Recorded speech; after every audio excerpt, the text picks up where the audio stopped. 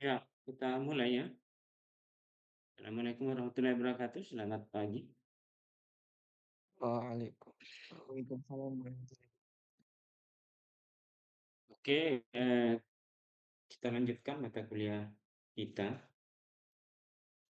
yaitu sistem operasi. Mata kuliah sistem operasi ini mata kuliah wajib ya untuk mahasiswa teknik informatika.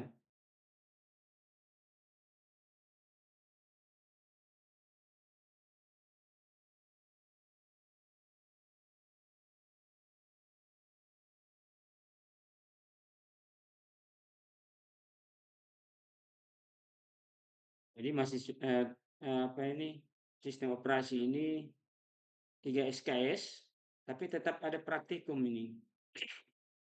Tetap kita akan ada praktik untuk sistem operasinya. Ya, kenapa ada praktikum? Karena pada dasarnya sistem operasi itu kan tidak bisa kita lihat sistem berkasnya ya. Kita hanya bisa menjalankan saja. Kita tidak tahu cara kerja dari sistem operasi itu seperti apa, apalagi pada Windows. Kita tidak tahu bagaimana proses-proses yang terjadi di dalam sistem operasi tersebut. Maka kita akan carikan software simulasinya untuk mempraktekkan bagaimana cara kerja dari sebuah sistem operasi. Nah, mata kuliah ini diampu oleh 2 dosen, saya dengan Pak Bahtiar, tapi nanti saya kasih jabarannya atau pokok bahasannya ketika selesai meet, supaya pembelajarannya itu nyambung dengan dosen kedua. Biasanya dosen kedua itu ya semaunya saja, artinya dia sesuaikan dengan pembelajarannya. Pada dasarnya tidak nyambung dengan dosen pertama. Tapi nanti saya konfirmasi juga ke dosen kedua untuk melanjutkan pokok bahasan yang akan kita bahas.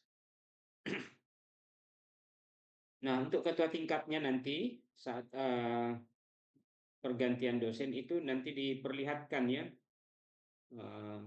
Nanti saya kasih listnya, pokok bahasan yang sudah dibahas, kemudian yang belum dibahas setelah meet. Tinggal diperlihatkan ke dosennya, nanti dosen yang melanjutkan. Oke, itu untuk sistem operasi. Jadi deskripsi dari mata kuliah ini, ya, dari mata kuliah sistem operasi ini,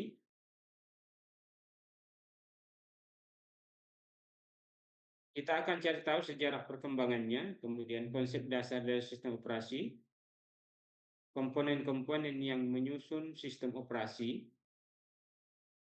kemudian kita ambil satu buah sistem operasi yang biasa kita pakai secara umum, yaitu Windows. Bisa juga kita untuk lanjutannya ke Linux atau ke sistem operasi yang lainnya. Sebagai contoh studi kasusnya.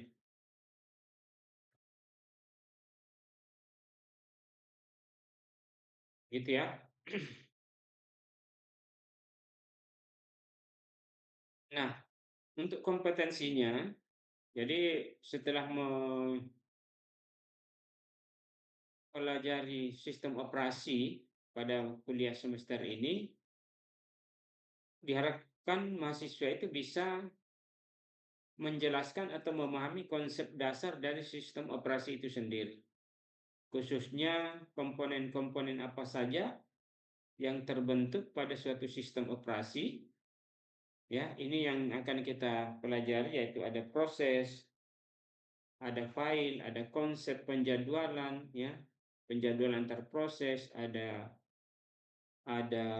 deadlock, ada manajemen memori, ya, ada manajemen file dan lain-lainnya. Nah, ini Jadi kompetensinya itu mahasiswa bisa mengetahui dan memahami komponen-komponen pembentuk di dalam sistem operasi. Nah, untuk topik bahasannya, ya ini topik sebelum UTS, jadi ini fokusnya kita ke sini.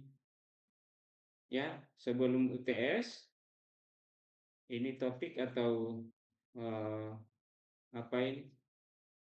Pertemuan 1, 2 sampai 7, 8 kan ya, ini ada struktur sistem operasi, pengantar sistem operasi, struktur, hardware management, schedule, trip deadlock, memory management, ya. Ini kita tuntaskan sambil kita cari contoh-contoh atau kasus-kasus yang lain dalam bentuk praktikum. Ini sebelum UTS dibahas. Sesudah UTS, nah ini dilanjutkan ke sini. Jadi nanti ketua tingkatnya perlihatkan ini ke dosen kedua bahwa lanjutan dari sistem operasi untuk setelah UTS itu adalah ini, ya. Nanti dilanjutkan manajemen memori lanjut, file management, input output management, virtualisasi, sistem cloud, ya, case study sistem operasi baik itu Linux maupun yang lainnya. Kemudian case study operasi sistem untuk Windows. Jadi nanti masuk semua di sini, ada Windows dibahas, nanti Linux atau Android. Ini nanti diperlihatkan ke dosen kedua ini supaya dilanjutkan, supaya nyambung itu topiknya yang kita bahas. Kalau ini tidak diperlihatkan, nanti dosen kedua dia akan cari juga materi sesuai keinginannya, sehingga tidak bisa dilanjutkan satu buah bahasan di dalam sistem operasi. Gitu ya. Nah, untuk referensi itu banyak, silahkan cari bukunya, baik yang berbasis digital maupun yang manual booknya, itu sudah banyak ya. Ini hanya contoh saja, tapi sudah banyak buku-buku sistem operasi yang membahas apa itu sistem operasi secara keseluruhan. Nah, untuk penilaian sama, kita pakai rumus dari Siakat, ya 81 itu A, di bawahnya B, C, dan D. Nah, untuk distribusi nilai, ya masih sama seperti mata kuliah yang lain. UTS 20%, UAS 20, persentase, tugas, ya program, tugas persentase, ini tugas-tugas kelompok maupun individu itu nanti diinkludkan. Sehingga dia sampai 100%.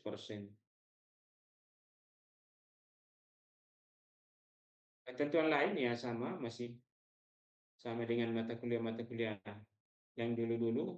Ini adalah tata tertib ya. Ya, kehadiran minimal 75% dari 100. Ya, ini semua mata kuliah memegang aturan ini.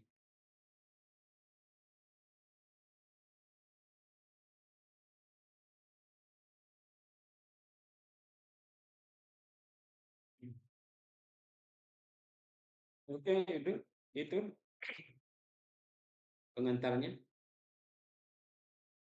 Kemudian kita masuk ke sistem operasi.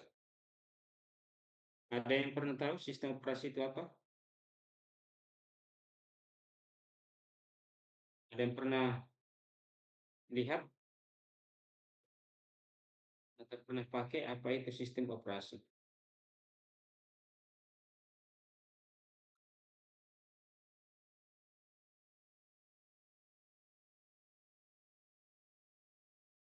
Siapa yang pernah baca sistem operasi itu apa?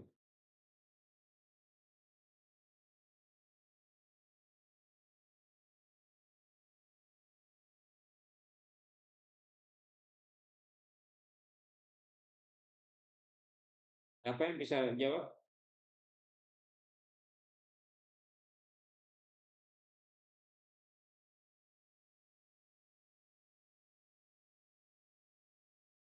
Erlang, apa itu sistem operasi?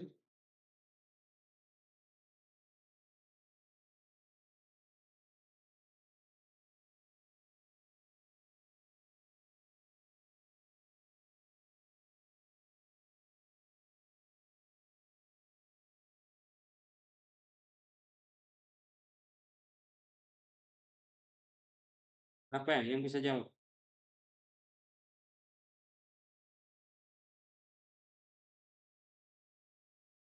Coba dibuka semua kameranya itu, jangan sampai kamu masih tidur.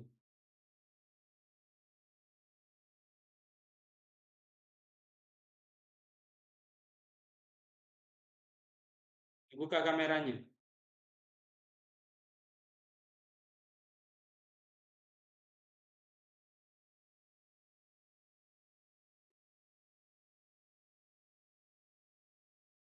Hmm? Ya, apa itu sistem operasi? Kan di handphone ada juga sistem operasinya.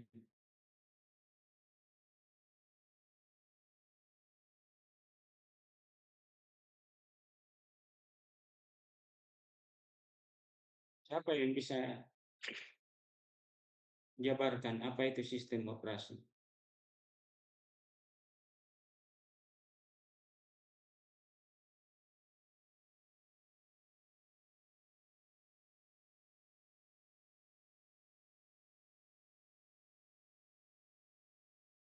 Yang lain, Fahri, Pak, apa yang kamu ketahui operasi tentang sistem operasi? sistem operasi itu semacam perangkat lunak dasar yang dibutuhkan device-nya kita supaya dia bisa mengelola sumber daya, kayak hardware dan software supaya bisa dikelola, Ya, supaya bisa device-nya berjalan dengan lancar. oke. Ya adalah software yang bisa mengelola perangkat keras dan perangkat lunak. Yang lain, Sarah, apa yang kamu ketahui tentang sistem operasi?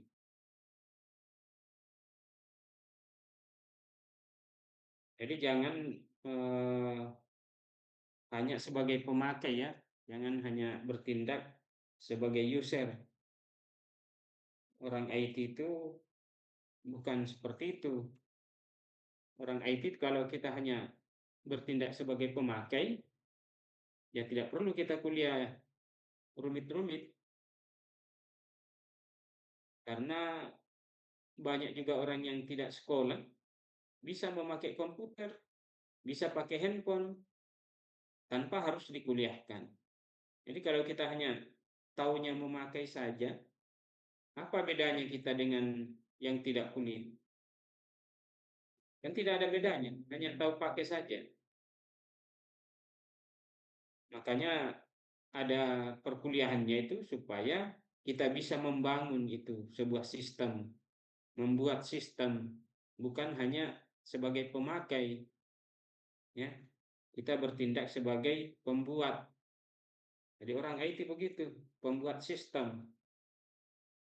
Adapun memakai, tapi kita harus tahu cara. Ya, objek pembelajaran kita yaitu dasar teori dari sistem operasi itu ada pengertian dari sistem operasi, ada tujuan dan manfaatnya, fungsi dasarnya, layanannya, jenis-jenisnya, kategorinya, dan sejarah perkembangannya, serta tujuan mempelajari sistem operasi. Ini kalau ditanya, ya, nanti kalau di luar itu, kamu jurusan apa? Jurusan teknik informasi, teknik informatika. Nanti ditanya itu, sistem operasi itu yang mana ya? Apa maksudnya itu sistem operasi? Kemudian tujuan dan manfaat dari sistem operasi di sebuah sistem itu untuk apa? Fungsi dasar dari sistem operasi itu apa? Apa saja layanannya? Jenis-jenisnya apa saja? Kategorinya? Sejarah perkembangannya itu mulai dari mana? Tujuan mempelajari atau menggunakan sistem operasi itu untuk apa? Ini pertanyaan-pertanyaan yang umum sering ditanyakan di luar. Jadi kalau kalian tidak paham tentang objek pembelajaran ini, ya sama dengan yang saya sebutkan tadi, kita hanya sebagai pemakai. Kalau kita hanya sebagai pemakai, padahal kita ditahu bahwa kita adalah seorang mahasiswa teknik informatika, nanti orang ketawa itu. Nanti paling bilang orang, selama kamu kuliah apa yang kamu ketahui? Apa yang kamu pelajari di mata kuliah teknik informatika kalau kamu hanya tahu pakai saja, tidak tahu menjabarkan, tidak tahu fungsi dan manfaat dari sistem itu seperti apa? Ya. Jadi pertanyaan-pertanyaan ini kan biasa ada istilah sekarang itu ada Gen Z. Gen Z itu harus paham tentang teknologi dan informasi. Kalau tidak paham tentang teknologi dan informasi, ya jangan masuk di geng itu. Karena Gen Z itu adalah orang yang paham teknologi dan informasi. Ya, itu maksudnya itu Gen Z itu. Ya, orang yang paham tentang teknologi dan informasi. Bahkan sebagian orang di generasi itu sudah menciptakan teknologi canggih dan sistem informasi canggih. Makanya disebut dengan generasi Z. Tidak tahu Z-nya itu apa ya. Nah, itu orang-orang yang sudah paham, bahkan ahli di bidang teknologi. Bukan istilah itu diciptakan begitu saja, tidak. Nah, seperti itu ya. Oke, itu untuk objek pembelajarannya. Nah, apakah sistem operasi itu atau operasi sistem itu? Ya, jadi sistem operasi itu terdiri dari ada program aplikasi, ada program sistem, ada hardware. Ya, ini kalau dijabarkan strukturnya seperti ini dia.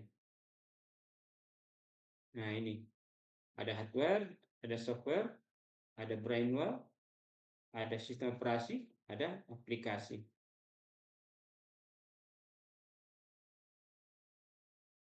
Nah, sistem operasi ini merupakan program utama yang di dalamnya itu di sini sekumpulan program yang bisa mengontrol dan mengendalikan baik hardware maupun software serta aplikasi-aplikasi yang lain. Nah, sistem ini tidak akan berjalan kalau tidak ada ini brainware-nya ini. Kalau tidak ada orangnya. Ini tidak akan dia bisa berjalan kalau tidak ada orang yang menjalankan. Jadi bisa dikatakan bahwa sistem operasi itu program perantara antara pengguna komputer dengan hardware. Siapa penggunanya? Penggunanya itu ya orang. Nah, kalau dianalogikan, komputer itu adalah sebuah tubuh yang utuh, sistem operasinya itu rohnya. Ya, sehingga dua komponen itu bisa saling mendukung dia. Bisa saling mendukung. Jadi kalau tidak ada rohnya, tubuhnya ya mati, tidak bisa bergerak. Ya, kalau ada rohnya kemudian tubuhnya mati ya juga tidak bisa difungsikan. Nah, kemudian sistem operasi ini digunakan di mana? Ya, digunakan untuk yang sering kalian lakukan itu, baik di komputer maupun di handphone. Apa yang dilakukan? Untuk mengeksekusi program, mengeksekusi apa saja ya. Misalnya kita main kalkulator misalnya. Kita tekan 2 tambah 2 sama dengan. Nah, sama dengannya itu adalah eksekusi. Ketika kamu mengirim WA ya, ditulis WA-nya, klik tombol kirim, nah itu eksekusi. Kemudian ada WA yang masuk, ketika kita buka itu eksekusi. Supaya apa? Supaya memudahkan kita untuk berinteraksi dengan sistem resource. Sistem resource ini sistem perangkat, ya, perangkat-perangkat baru. Nah, itu harus bisa. Jadi sistem operasi itu utamanya itu dipakai untuk mengeksekusi program dan membantu menyediakan lingkungan bagi program yang mudah untuk berinteraksi dengan sistem resource. Apa saja gunanya? Banyak kegunaannya. Kalian sudah pakai semua itu, tapi tidak paham. Ini adalah manfaat dan kegunaan dari sistem operasi. Maka dari sistem operasi mata kuliah ini kita bisa pahami itu. Apa yang kita lakukan selama ini ketika kita membuka handphone, membuka laptop. Kalau kita hanya tahu membuka, menjalankan, nah itu orang yang belum paham tentang sistem operasi.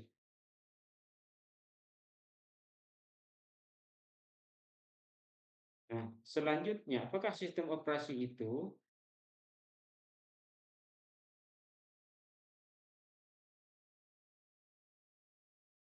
sistem operasi adalah nyawa komputer. Tadi ada rohnya. Dia adalah sebuah roh. Maka sebelum dipakai, komputer harus kita isi dulu dengan sistem operasi. Jadi secanggih apapun perangkat kerasnya kita, laptop atau handphone, kalau tidak ada sistem operasinya, ya dia mati total, itu tidak bisa kita pakai.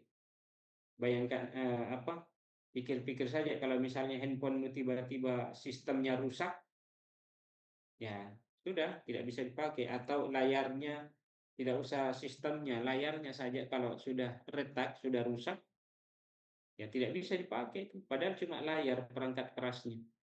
Bagaimana kalau rohnya yang rusak, jiwanya yang rusak, nyawanya, ya tidak ada tampilan apa-apa itu. Kalau hanya layarnya rusak kan gampang, kita ganti layar, dia sudah hidup kembali. Tapi kalau sistem operasinya rusak, ya sudah harus install ulang, harus masukkan kembali sistemnya. Sehingga menurut para ahli, sistem operasi ini berfungsi sebagai pengontrol dari software, mengontrol hardware, ya, menjalankan kernel ini adalah proses-proses yang berjalan di belakang sistem, ya, dan jumlahnya banyak. Inilah yang mendukung kinerja efisiensinya sistem operasi kernel. Program yang selalu berjalan selama komputer dihidupkan, tapi dia tidak nampil di depan, dia di belakang. Nah, tanpa kernel, apakah sistem operasi akan berjalan? Ya, jelas tidak. Ya, karena sistem operasi itu tampil di depan, di belakangnya itu anak buahnya yang berperan penting. Kemudian ada guardian, yaitu pengatur dan penjaga komputer dari serangan berbagai kejahatan komputer. Ya, guardian ini yang dimaksud antivirus, itu antivirus bawaannya. Di sistem operasi itu kan ada antivirus bawaannya, ada antivirus bawaan, kemudian ada yang disebut dengan firewall, tembok api untuk jaringan. Nah, itu guardian, itu penjaga, itu penjaga. Jadi kalau kita paham tentang sistem operasi, ya tidak perlu kita instalkan antivirus yang lain. Cukup kita manajemen saja antivirus bawaan dari sistem operasi itu. Ada itu, saat kita install sistem operasi ada dia. Ya, ada antivirus bawaan itu. Selalu tampil dia di pojok kiri sini, pojok kanan sini. Nah, itu dihidupkan itu. Itu akan memblokir file-file yang terdeteksi virus oleh sistem operasi.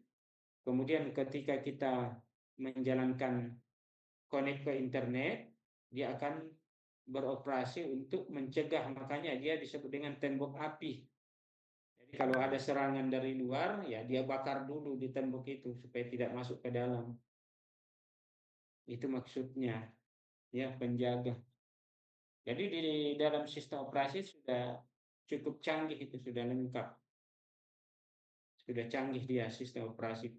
Kenapa dia canggih? Karena sistem operasi itu diciptakan untuk menjaga keamanan sistem dan hardware ini. Jadi cara kerjanya itu sangat hebat dia. Kenapa dia hebat? Karena banyak algoritma yang diterapkan di dalam sistem operasi. Ya. Nah, makanya sistem operasi itu sangat canggih dan cepat.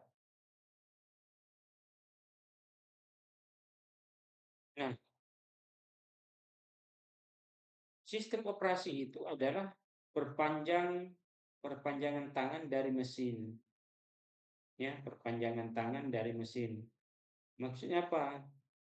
Ya, sistem operasi ini menyembunyikan detail-detail yang rumit yang harus dikerjakan. Menyediakan mesin virtual untuk user agar lebih mudah untuk digunakan. Mengamankan resource dari akses langsung user. Jadi perpanjangan tangan mesin ini, ya, kalau kita buka sistem operasi itu, ya, ada ratusan bahkan ribuan program-program kecil yang rumit, algoritma yang rumit yang ditanam di dalam sebuah sistem operasi. Makanya sistem operasi itu mahal, ya. Sistem operasi itu dibuat bukan hanya satu orang yang buat, tapi tim.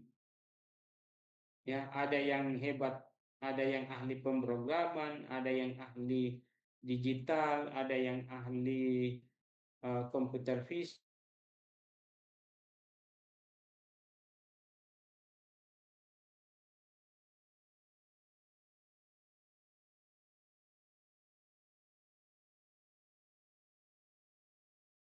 Ya, oke, tadi putus. Jadi lain kali nanti ini ya, kalau banyak dosen yang minta mata kuliah secara online, ya kalian patungan saja, cari yang prabayar yang ada itu yang 100.000 satu bulan itu, atau mungkin berapa puluh ribu satu bulan. Baik, Pak. Tidak ini, kalian patungan saja 1.000 satu orang itu sudah cukup itu. Ya, oke, kita lanjut. Ya, jadi sistem operasi itu bertindak sebagai manajer sumber daya atau resource. Jadi dalamnya ada multiplex, ada schedule, ya, multiplex ini ilusi yang seolah-olah terdapat banyak sumber daya.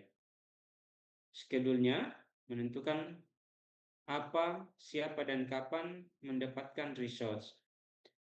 Nah, schedule ini nanti kita bahas lebih banyak di penjadwalan proses. Ya, kalau multiplex ini manajemen sumber daya atau resource di dalam sistem operasi. Dia seolah-olah apa ya ini? Terdapat banyak sumber daya. Apa bahasa Indonesianya itu? Di dalam sistem operasi itu seolah-olah banyak perangkat-perangkat yang terhubung, padahal dia hanya satu saja mainboardnya. Ya.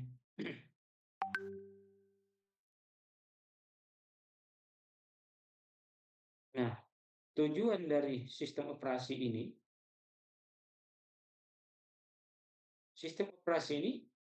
dikembangkan dengan tujuan utamanya itu adalah mengelola sumber daya komputer dan menghubungkan antar pengguna dengan perangkat keras. Sumber daya itu yang mana saja? Ya, ada sumber daya misalnya di laptop itu kan ada baterai ya. Banyak sumber daya yang lain. Kita contohkan, ambil satu contoh baterainya. Baterainya ketika kita cas, itu kan nanti ada barnya di sini penuh, full. Ya, dia penuh. Artinya dia 100% penuh. Dan ada pernyataan kalau baterainya itu 100% penuh, maka sumber daya baterai itu bisa dipakai sampai 3 atau 4 jam. Nah, adilnya di mana? Jadi sistem operasi ini adil dia. Kamu buka Microsoft Word sambil nonton film, sambil dengar musik misalnya, atau sambil olah gambar atau aplikasi-aplikasi yang lain. Artinya dalam satu waktu itu kamu bisa membuka aplikasi 3-4.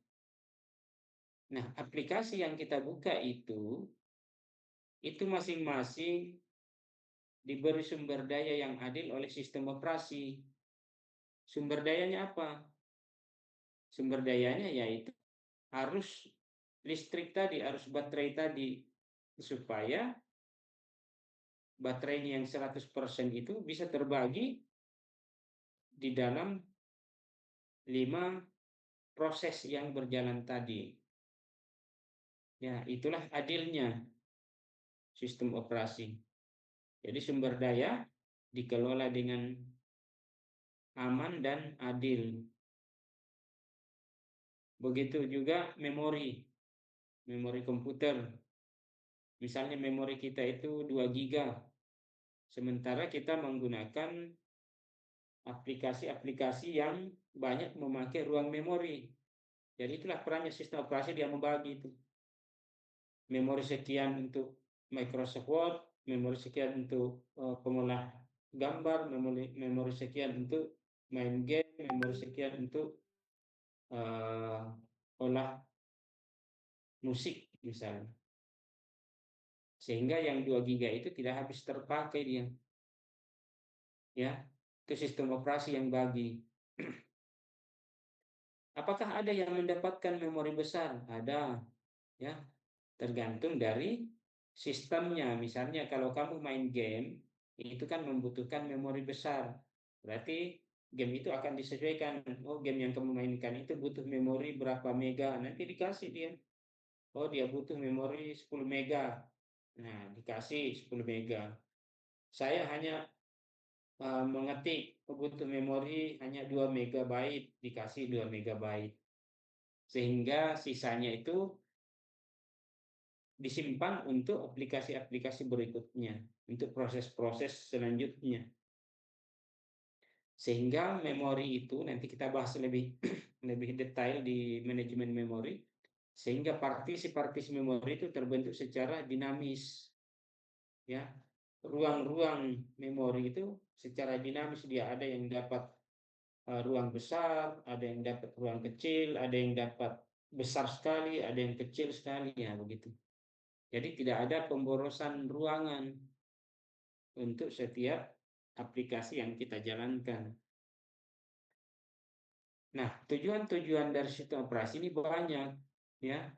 Satu, menyediakan antarmuka antar pengguna dan perangkat keras. Tadi sudah dijabarkan sedikit sama temanmu.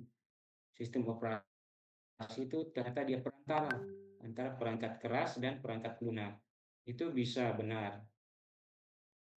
Sistem operasi ini mengelola sumber daya komputer secara efisien. Ini yang baru kita jabarkan tadi. Ya, secara efisien sumber dayanya, baik sumber daya RAM, baterainya, atau sumber daya yang lainnya. Itu dikelola secara efisien. Menjamin eksekusi program yang aman dan terisolasi. Ya. Jadi saat kita membuat program, kemudian klik running, eksekusi, ya programnya aman saja, ya aman-aman saja dia. Atau ketika kita mengirim WA ya tidak ada masalah, itu proses eksekusi di dalam sistem operasi. Kalau tidak ditekan prosesnya, ya eksekusinya itu WA, ya itu WA kita atau SMS kita tidak terkirim gitu. Ketika kita klik kirim, di dalam tombol kirim itu ada algoritma yang menyuruh untuk mengeksekusi program. Kemudian tujuan yang lain ya meningkatkan kinerja dan respon sistem, respon time-nya khususnya. Respon time-nya itu kecepatan prosesnya. Nah, seperti ini saya klik next ini ya, itu cepat prosesnya next per sekian detik. Ini disebut dengan apa ini?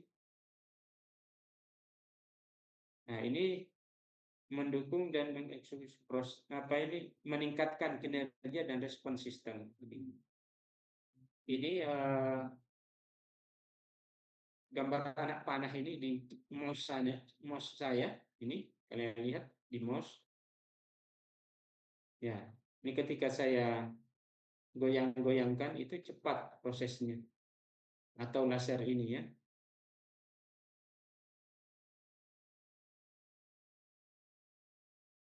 Nah, itu.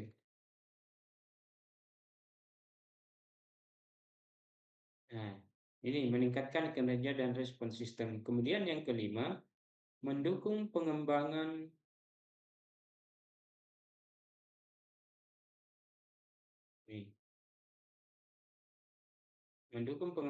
dan eksekusi aplikasi.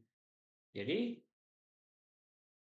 eksekusi aplikasi itu ya ini sangat respon ya untuk dikembangkan, mendukung pengembangan dan eksekusi aplikasi. Ini tidak ada masalah di sini. Dan tujuan-tujuan yang lain. Nah, pada dasarnya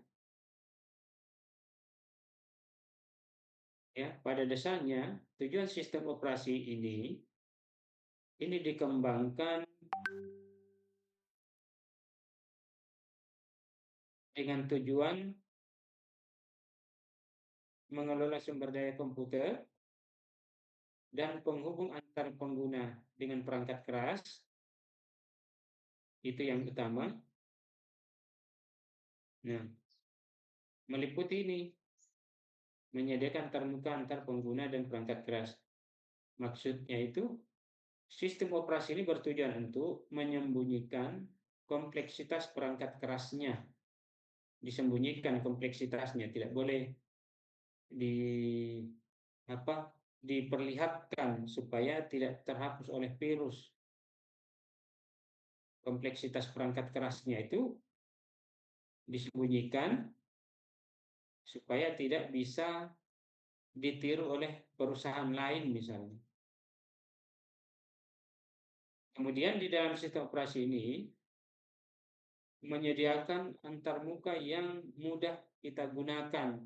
Jadi grafik user interface-nya, tampilannya itu memungkinkan kita sebagai pengguna untuk menjalankan aplikasinya itu tanpa harus kita memahami detail teknis hardware-nya.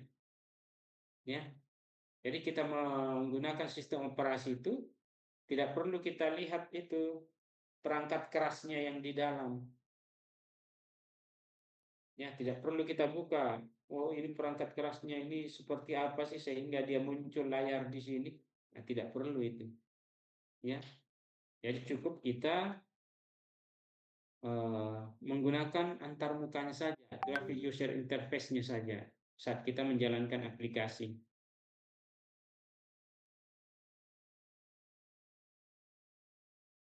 Contoh yang lain, kita sebagai pengguna ini cukup mengklik aplikasi tanpa perlu tahu cara kerja CPU atau RAM-nya. Ya.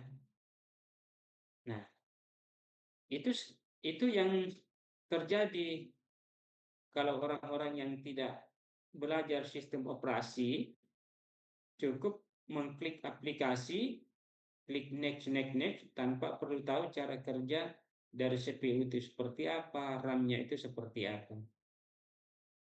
Nah, user interface atau tampilan dari sistem operasi itu, ya, hanya seperti itu saja, diklik-klik saja. Kalau orang hanya mau pakai, diklik-klik saja, tanpa dia harus tahu cara kerja dari CPU dan RAM-nya. Nah, bedanya dengan kita yang belajar, kita harus paham itu. Sistem operasi ini terbentuknya seperti apa, cara kerjanya seperti apa, cara kerja CPU-nya itu bagaimana, cara kerja RAM itu seperti apa. Ya, itu harus kita paham. Jangan kita hanya sebagai pemakai saja yang hanya mengklik-klik user interface saja.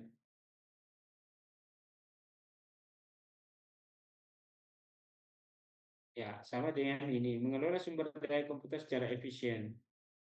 Ya, tujuannya bagaimana supaya sistem operasi itu bisa mengatur dan mengalokasikan sumber dayanya, yaitu ada CPU-nya, ada RAM-nya, ada media penyimpanannya, ada perangkat input output-nya, ya. Itu dikelola dengan baik. Ada baterai, ya, dikelola dengan baik dan efisien. Tujuannya apa untuk pengelolaan sumber daya ini? Supaya tidak terjadi konflik antara proses sumber daya yang kita gunakan secara bersama-sama. Nah, konfliknya seperti apa? Contoh, saya ingin ngeprint, ada printer kan satu ya. Saya mengetik, ya mengetik di file Word, juga mengedit foto. Nah, dua aplikasi ini sama-sama ingin di print. Padahal logikanya kan printer hanya satu. Bagaimana bisa dipakai satu printer, dua aplikasi yang berbeda? Nah, itulah perannya sistem operasi. Dia mengatur proses dari sumber daya ini supaya tidak terjadi konflik. Karena kalau masing-masing kita, kalau tidak diatur, nanti dia berebutan itu. Saya yang duluan ngeprint, datang lagi aplikasi lain yang lain. Tidak, saya yang duluan harus ngeprint. Nah, terjadilah konflik. Jadi kalau tidak ada yang mengatur konflik itu, ya bisa terjadi deadlock. Sistemnya itu macet. Nah, itulah tujuannya. Kenapa ya sumber daya komputer itu dikelola secara efisien supaya tidak terjadi konflik antara proses yang memakai sumber daya bersama tadi, yaitu printer. Nah, bagaimana kalau printernya hanya satu, sementara di kantor itu ada 10 komputer? Nah, itu harus diatur, ya, sehingga tidak ada satu aplikasi atau software yang memonopoli sistem. Kalau tidak ada pengaturan, ya masing-masing tadi yang kita analogikan tadi, masing-masing sistem itu akan masuk, ya. Dia merasa dia yang diprioritaskan untuk memakai printer, yang lain juga begitu, yang lain juga merasa bahwa dia yang paling utama memakai printer. Jadi terjadilah deadlock di dalam sistemnya, terjadi kebuntuan.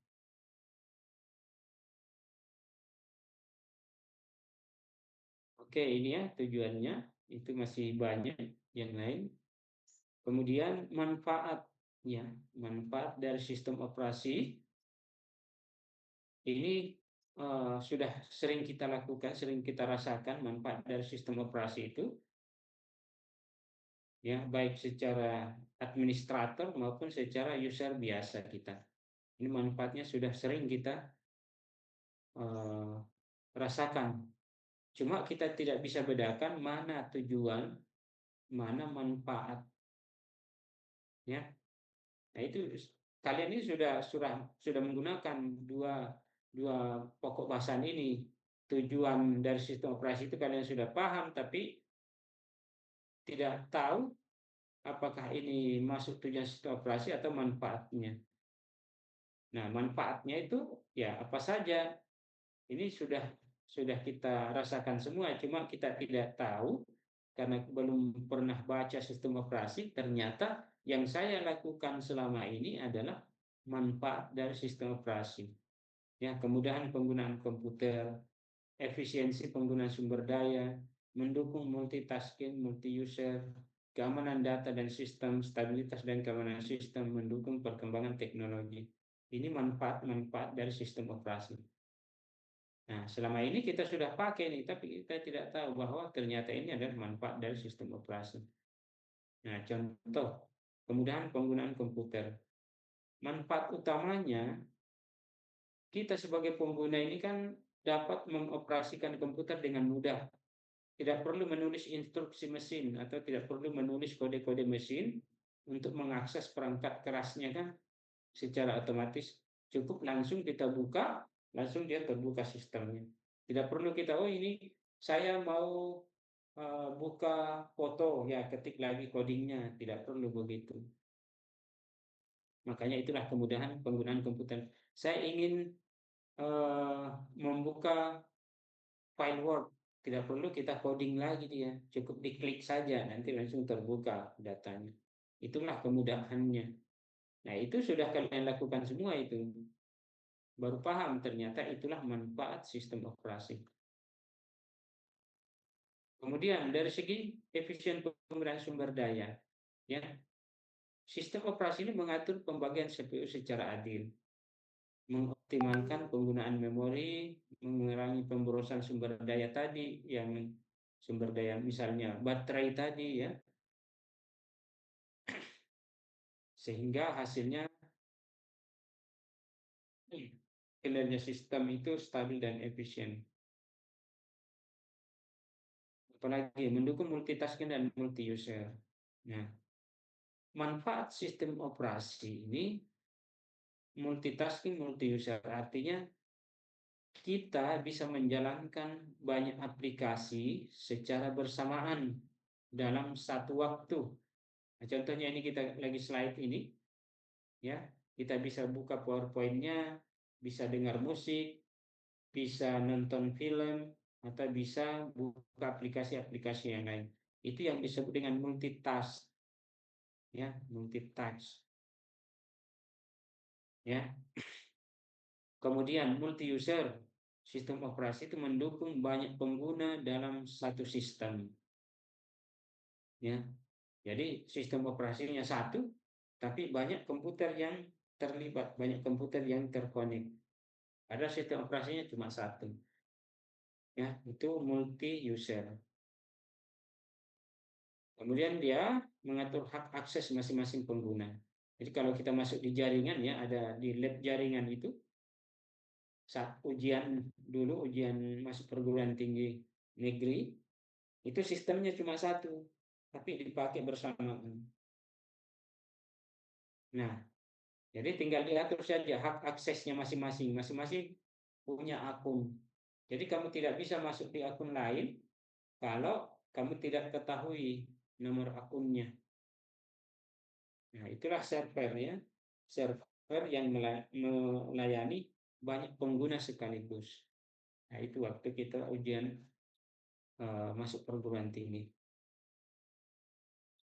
Nah, untuk keamanan datanya, manfaat keamanan data dan sistem ini, ya, jelas sistem operasi ini memberikan mekanisme login atau autentikasi, pengaturan hak akses file, bisa juga proteksi terhadap malware dan serangan-serangan sistem yang lain.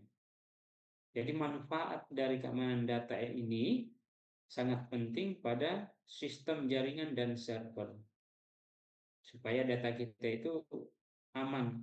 Jadi kalau misalnya kita ingin berselancar di media sosial atau di jaringan, ya diharapkan data-data penting itu diprotek, ya, diprotek atau disembunyikan, supaya saat kita main internet itu sistem kita aman-aman saja. stabilitas dan keamanan sistem ini, dengan adanya sistem operasi, maka kesalahan satu aplikasi tidak mematikan sistem. Ya, misalnya ini kita ini lagi bikin PowerPoint ini, mengajar pakai PowerPoint, tiba-tiba PowerPoint-nya rusak, ya, tidak bisa dia hang, tidak bisa saya klik next, tidak bisa back. Nah, pokoknya dia hang ini, rusak sistem, rusak ininya, rusak PowerPoint-nya. Nah, itu yang dimaksud, kesalahan satu aplikasi tidak mematikan sistem operasinya. Jadi sistem operasi itu aman-aman saja, cuma PowerPoint-nya yang drop, ya, tidak bisa dibuka misalnya. Nah, itu stabilitas dan keamanan sistemnya. Sistem ini dapat melakukan recovery proses, ya, kemudian dapat dihentikan atau dijadwalkan ulang.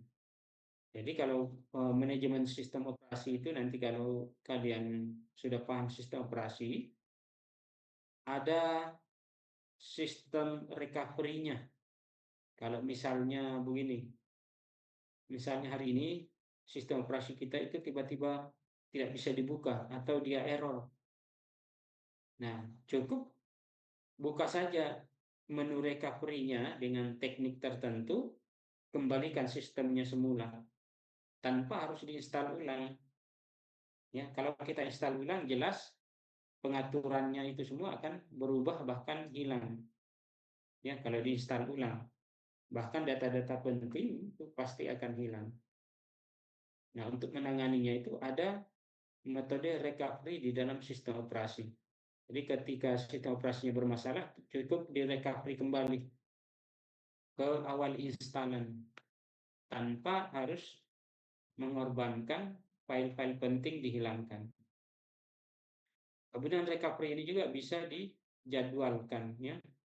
Bisa dijadwalkan, bisa kita memakai jadwal yang bulan lalu, tanggal sekian, ya, itu tinggal kita pilih. Kenapa harus begitu? Supaya meningkatkan keandalan sistem komputer kita tanpa harus menginstal ulang sistemnya. Bayangkan saja kalau sistem operasinya itu diinstal ulang, ya, kita sudah atur protokolnya, ya, sudah atur sedemikian rupa, siap digunakan untuk ujian, tiba-tiba diinstal ulang. Nah, itu kamu harus mulai dari nol lagi. Ya, jelas mendukung perkembangan teknologi. Jadi sistem operasi ini menjadi dasar pengembangan teknologi baru, mendukung komputasi awan, ya, atau IoT, mendukung cloud, mendukung AI, dan virtualisasi yang lain yang memungkinkan integritas perangkat modern. Jadi sistem operasi itu tidak tertutup dengan perkembangan teknologi. Begitu ada perangkat baru, sistem operasinya langsung dia connect, tidak masalah, ya. Nah, ini jadi itu manfaatnya itu banyak sekali. Tinggal cari lagi yang lain. Oke, sebelum kita lanjutkan ada yang mau ditanyakan?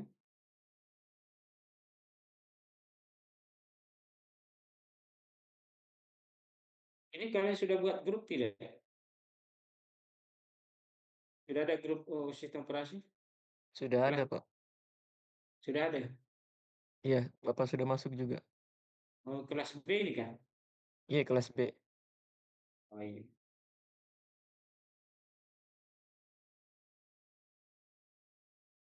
Oke. Ada yang mau ditanyakan di situ? Jadi manfaatnya itu banyak, ya. Itu kita sudah rasakan, kalian sudah rasakan semua, tapi belum tahu ternyata itulah manfaatnya sistem operasi. Nah, fungsi dasar dari sistem operasi,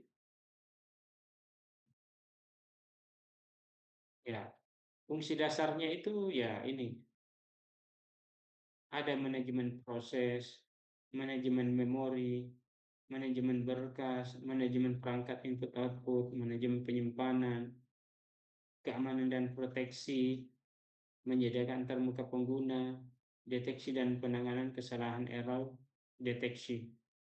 Ini fungsinya.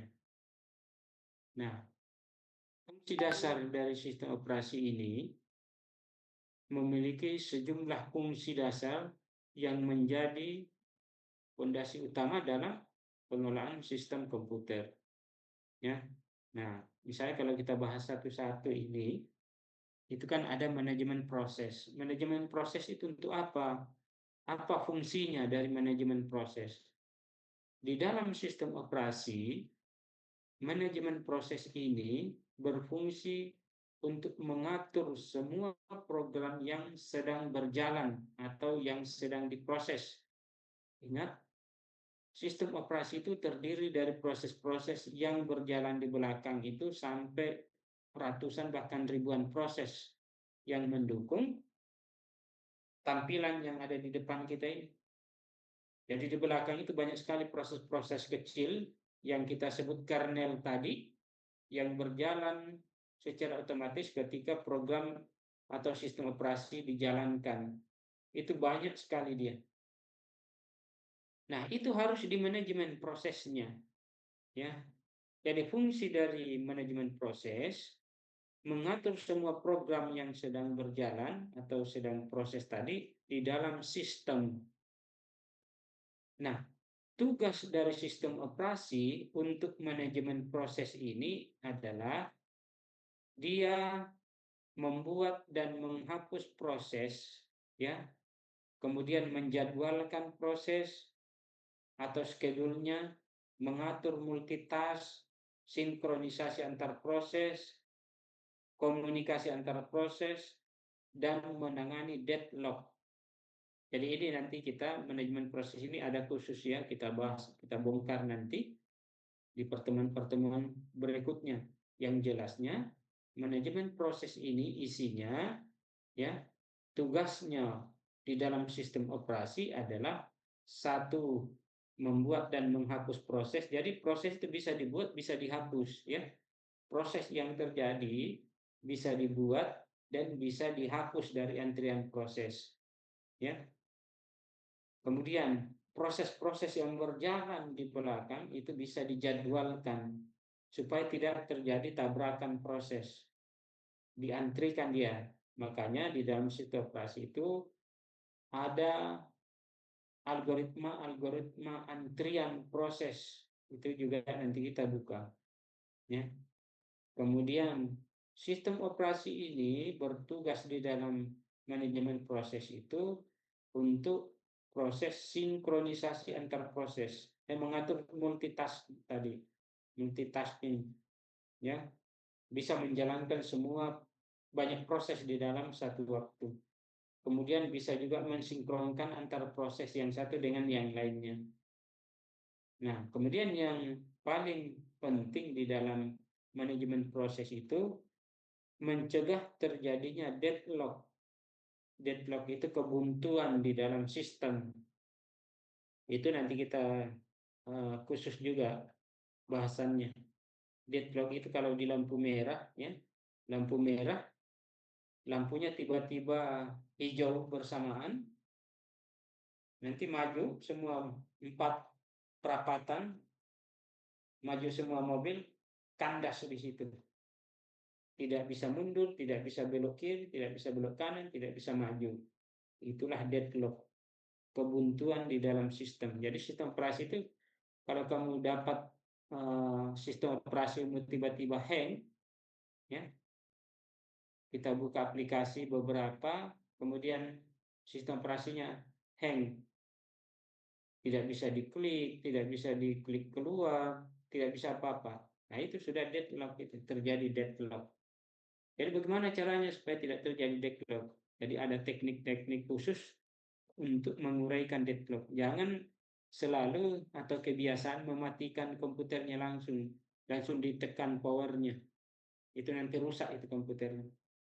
Yang pertama, hardware-nya itu bisa bermasalah. Yang kedua, sistem operasinya rusak. Kalau selalu seperti itu, ketika komputernya deadlock atau hang langsung dimatikan, nah itu bahaya itu.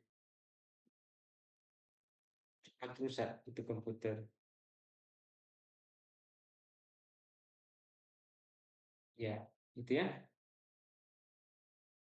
Kemudian manajemen memori juga nanti kita bahas khusus dia. Manajemen memori itu di dalam sistem operasi jelas dia mengelola penggunaan memori utama atau RAM agar efisien dan tidak terjadi konflik antar program.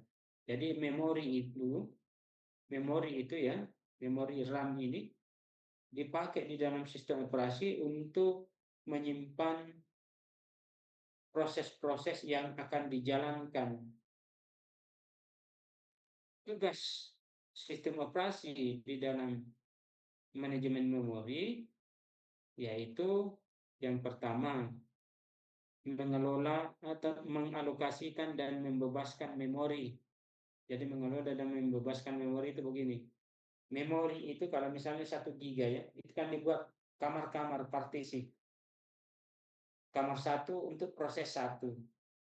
Ketika proses 1 ini sudah selesai dieksekusi, maka proses 1 ini dihancurkan, dikeluarkan dari antrian proses karena dia sudah selesai. Nah, otomatis ruang memori atau kamar memori ini kan kosong ini. Kosong dia. Ya, itu dibebaskan, itu yang dimaksud dibebaskan, mengalokasikan dan membebaskan memori. Jadi saat dia kosong, ini siap ditarik proses kedua selanjutnya, masuk lagi di partisi itu atau di kamar itu. Begitu seterusnya sampai selesai proses. Mengalokasikan dan membebaskan memori. Yang kedua, tugas sistem operasi untuk manajemen memori ini mengatur memori virtual. Jadi RAM itu kan secara fisik itu kita lihat ada pendukungnya namanya memori virtual, memori yang tidak kelihatan, ya, yang disebut dengan register memori virtual. Memori virtual itu adanya di dalam sistem operasi, bukan secara fisik. Kalau secara fisik kan ada di hardware. Jadi memori yang virtual ini ada di dalam sistem operasi. Dia membantu memori utama ini dari segi kecepatan. Jadi proses sebelum masuk ke memori utama ada dulu di memori virtual ini. Ada di memori virtual. Kalau sudah ada di memori virtual, dia diminta oleh prosesor masuk ke memori utama. Memori utama langsung masuk ke prosesornya. Jadi ada namanya memori utama. Ya, memori virtual ada memori utama. Kemudian yang lain memproteksi memori antar proses. Jadi kalau misalnya memori apa ini ruang memorinya sudah diisi oleh proses, ini diproteksi. Ini diproteksi, tidak boleh lagi ada proses yang memakainya karena kamar itu sudah terpakai, ya. Jadi diproteksi dia. Kapan dia bisa dipakai? Kalau dia sudah kosong, ya. Kalau kamar di memori itu sudah kosong, baru bisa dipakai oleh proses yang lain. Nah, untuk virtual memory ini kita contohkan, dia akan bekerja ketika RAM utama kita itu penuh. Ya, RAM utama kita penuh, maka sistem operasi menggunakan virtual memory agar sistem tidak langsung crash, tidak langsung rusak. Biasa kan memori kita itu 1 giga, kita pakai main game, kita pakai buka Photoshop, pakai mengetik, pakai main musik, itu kan habis itu. Ya, ketika memori habis dan virtual memory ini tidak ada, itu langsung hang itu, langsung tidak bergerak. Nah, untuk mengantisipasi itu, diciptakanlah memori maya ini, memori cadangan. Memori cadangan ini yang akan bertindak untuk menguraikan memori utama ini supaya tidak terjadi crash di dalam sistem. Nah, untuk manajemen berkasnya, ya, manajemen berkas ini nanti khusus juga dia. Tapi manajemen berkas ini kalau di dalam sistem operasi, dia menyediakan sistem pengelolaan file agar data tersimpan rapi dan terorganisasi. Jadi itu kalau kamu buka komputernya di Explorer-nya itu kan ada sistem, ada file-file yang tersusun dengan rapi. Itu sistem berkas, ya. Nah, kita bisa ketahui seseorang itu manajemen berkasnya tidak baik kalau melihat isi komputernya itu. Ya, ciri-ciri manajemen berkas yang tidak baik itu banyak file-file kopian, padahal filenya sama, isinya sama, tapi dia copy disimpan di tempat lain, di tempat yang berbeda, padahal filenya sama, ya. Atau ada satu foto tapi di copy banyak disimpan di tempat lain,